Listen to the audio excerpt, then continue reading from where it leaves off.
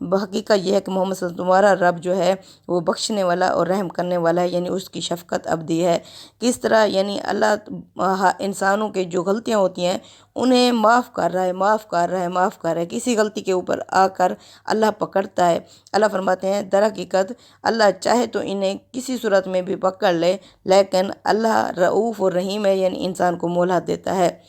ولم یرو، کیا یہ نہیں دیکھتے، الی ما خلق اللہ، اس چیز کی طرف جو اللہ نے پیدا کی، من شیء، کچھ بھی، یتفیأ ظلالہ، فیأ ظلالہ یعنی کہ ڈھلتے سائے، عن الیمین والشمائل سجدا للہ، دائیں اور بائیں سجدہ کرتے ہیں اللہ کو، وہم داخرون، اور وہ عاجزی کا اظہار کرتے ہیں۔ یعنی اللہ فرماتے ہیں کہ یہ سایوں کی طرف نہیں دیکھتے۔ اللہ تعالیٰ نے جو سورج، اگر سورج مشرق کی طرف ہو تو اس کے سائے مغرب کی طرف پڑ رہے ہوتے ہیں، مغرب کی طرف ہو تو سایہ مشرق کی طرف پڑ رہے ہوتے ہیں۔ اس طرح یعنی ہر چیز سایہ کیا ہوتا ہے، اللہ کی طرف جھک رہا ہوتا ہے، اللہ کو سجدہ کر رہا ہوتا ہے۔ اللہ فرماتے ہیں کیا یہ نہیں دیکھتے، جو بھی چیزیں اللہ نے پیدا کی ہیں ان کے سائے جو ہیں، ڈھلتے سائے، وہ دائیں اور بائیں اللہ کو سجدہ ہی کر رہے ہوتے ہیں، اور عاجزی یعنی کا اظہار کر رہے ہوتے ہیں کہ وہ بتا رہے ہوتے ہیں کہ توحید کا مالک کون ہے، اللہ کون ہے جو واحد اور لا شریک ہے، اللہ کون ہے جو سجدے کے قابل ہے، وہ ہے اللہ۔ وَلِلَّهِ يَسْجُدُ مَا فِي السَّمَاوَاتِ، اللہ ہی کو سجدہ کرتے ہیں ہر وہ چیز جو آسمانوں میں ہے اور جو زمینوں میں، من دابات، جتنے جاندار بھی ہیں، والملائکۃ، اور فرشتے، وہم لا یستکبرون، اور یہ تکبر یعنی گھمانڈ نہیں کرتے۔ یعنی اللہ فرماتے ہیں مکہ کے کافرو، تم لوگ گھمانڈ کر رہے ہو، اللہ کے آگے نہیں جھک رہے، جبکہ دنیا کی ہر چیز جو اللہ نے بنائی ہے وہ اللہ ہی کو، دنیا کی ہر چیز سجدہ کر رہی ہے۔ زمین میں چلنے والے جاندار، فرشتے، یہ سب اللہ کو سجدہ کرتے ہیں، اور یہ تکبر نہیں کرتے، اور تم تکبر کر رہے ہو۔ یخافون ربہم، یہ ڈرتے ہیں اپنے رب سے، من فوقہم، جو ان کے اوپر بالا تر ہے، ویفعلون ما یؤمرون، اور یہ کر ڈالتے ہیں جو بھی انہیں حکم دیا جاتا ہے۔ آیت سجدہ، اللہ اکبر۔ کہ یہ لوگ سورج کی بندگی کرتے تھے، پوجتے تھے سورج کو، تو اللہ تعالیٰ نے فرمایا یعنی اس کی تفسیر یہ ہے، یہ امر بھی قابل توجہ ہے کہ سائے کا یہ سجدہ سورج کے بالکل مخالف سمت میں ہوتا ہے۔ سورج اگر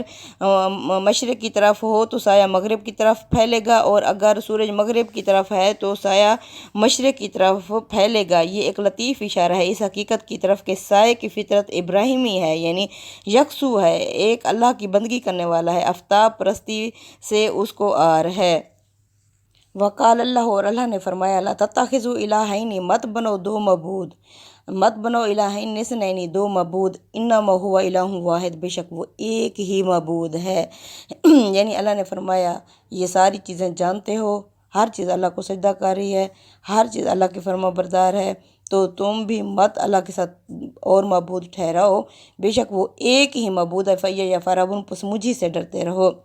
وَلَهُ مَا فِي السَّمَاوَاتِ وَمَا فِي وَالْأَرْضِ، اسی کا ہے جو آسمانوں اور زمینوں میں ہے، یعنی وہی مالک ہے، وہی بادشاہ ہے آسمانوں اور زمینوں کی ہر چیز کا۔ وَلَهُ الدِّينُ وَاصِبًا، اسی کا ہی دین واجب ہے، یعنی اسی کا ہی دین واجب ہے، مقرر ہے، فرض ہے۔ أَفَغَيْرَ اللَّهِ تَتَّقُونَ، تو تم اللہ کے سوا اوروں سے ڈرتے ہو، یعنی اللہ واحد کو چھوڑ کر جو تمام کائنات کا مالک ہے، آسمانوں زمینوں کا مالک ہے،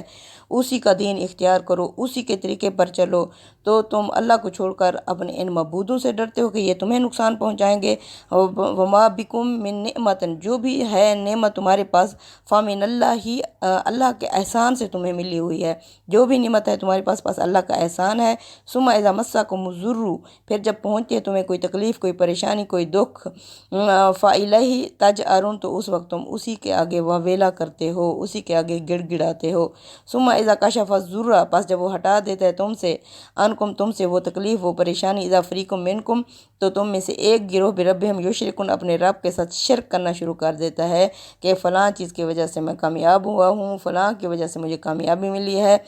فلاں نے میری یہ تکلیف دور کر دی ہے۔ اللہ فرماتے ہیں پھر تم اللہ کے ساتھ شرک کرنا شروع کر دیتے ہو، کس لیے، لیکفروا، تاکہ یہ انکار کر دیں، بما آتینہم، اس چیز، ان نعمتوں کا، اس چیز کا جو اللہ نے انہیں عطا کی ہے۔ فتمتعوا، پس محمد صلی اللہ علیہ وسلم آپ ان سے کہہ دیجئے کہ تم فائدہ اٹھا لو،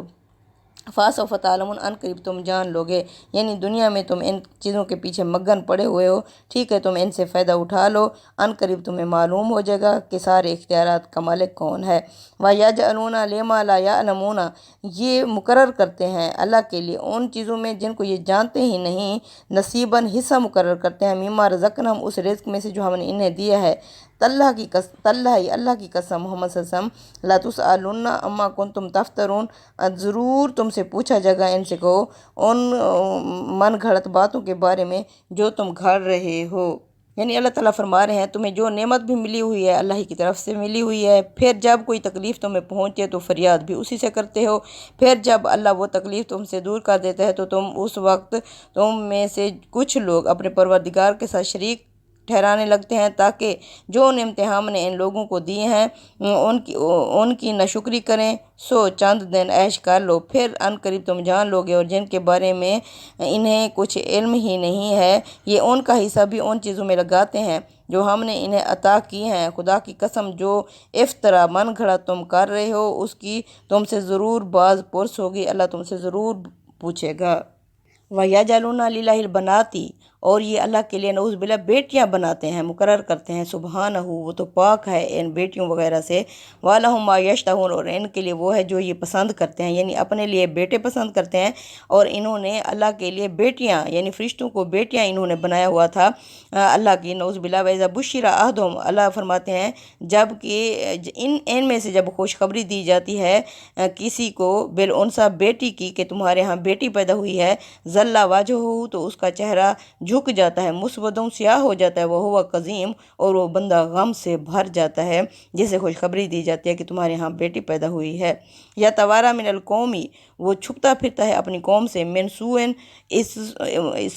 اس بری خبر سے، ما بشیرہ بھی، جو اسے دی گئی تھی، یعنی بیٹی کی خوشخبری جو اسے وہ تو بری خبر سمجھتا ہے، اس سے چھپتا پھرتا ہے لوگوں سے۔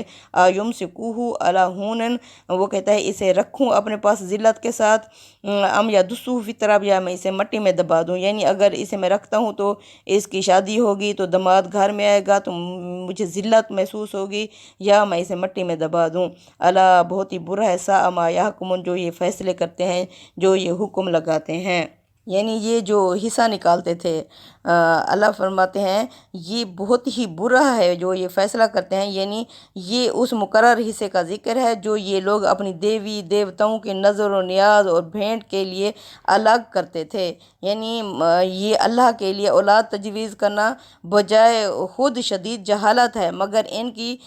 جہالت کا یہ حال ہے کہ اس چیز کو خدا کی طرف منسوب کرتے ہیں جسے اپنے لیے اس قدر ناپسندیدہ سمجھتے ہیں۔ الذین لا یؤمنون بالآخرۃ، ان لوگوں کے لیے جو آخرت پر یقین یعنی ایمان نہیں رکھتے، مثل السوء، ان کی بری مثالیں ہیں۔ وَلِلَّهِ الْمَثَلُ الْأَعْلَىٰ، اللہ کی ہی مثالیں بلند ہیں، وَهُوَ الْعَزِيزُ الْحَكِيمُ، اور وہ زبردست حکمت والا ہے۔ فرما رہے ہیں سنو کیا ہی برا فیصلہ ہے جو یہ کرتے ہیں، حقیقت یہ ہے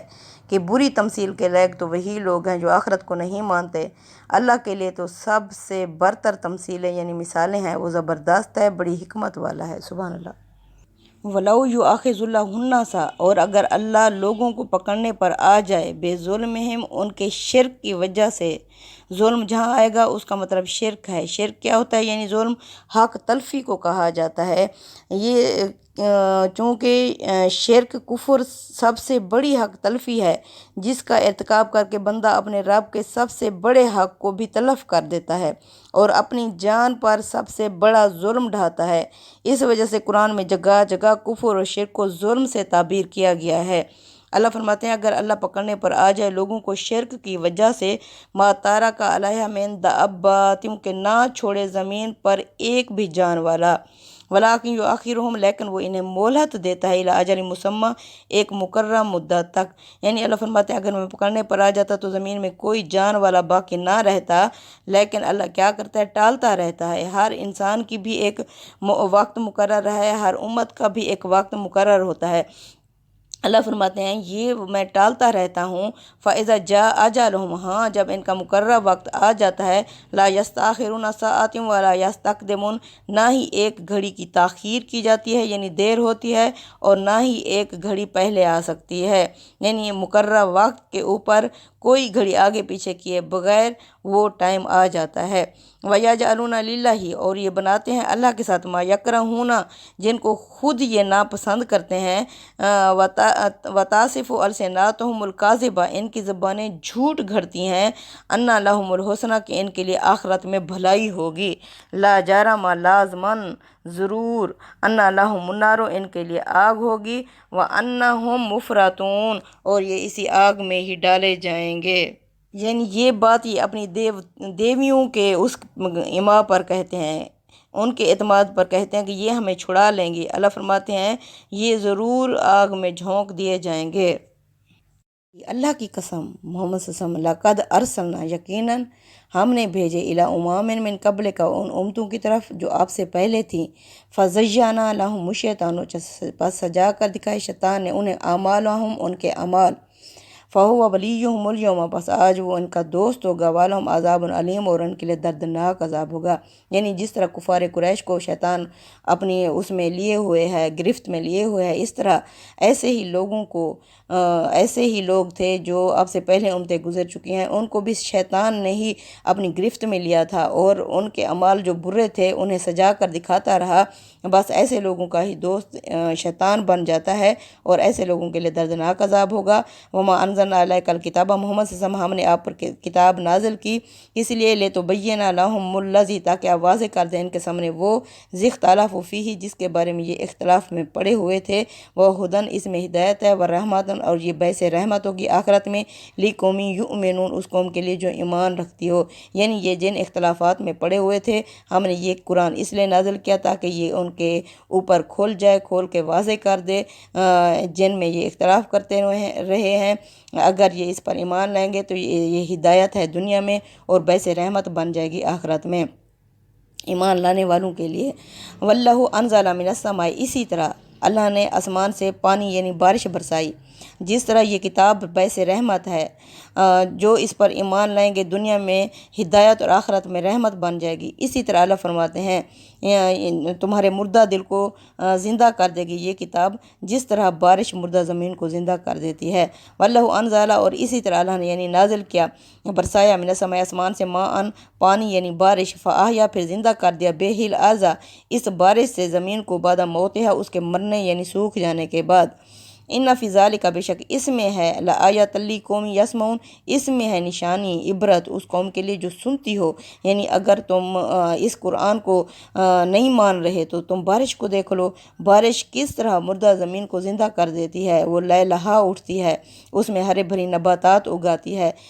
اسی طرح یہ دل مردہ ہوتے ہیں، یہ وہی باعث رحمت ہے، جو بھی اس سے سیراب ہوتا ہے اسے کیا کر دیتی ہے، ساتھ ساتھ اور شاداب کر دیتی ہے، اسی طرح اسے زندہ کر دیتی ہے، وہ انسان زندہ ہو جاتا ہے۔ تو اللہ فرماتے ہیں جو قوم سننا چاہے اس کے لیے اس میں عبرت ہے۔ صدق اللہ العظیم، تقبل منا انک انت السمیع العلیم وتب علینا انک انت التواب الرحیم، آمین۔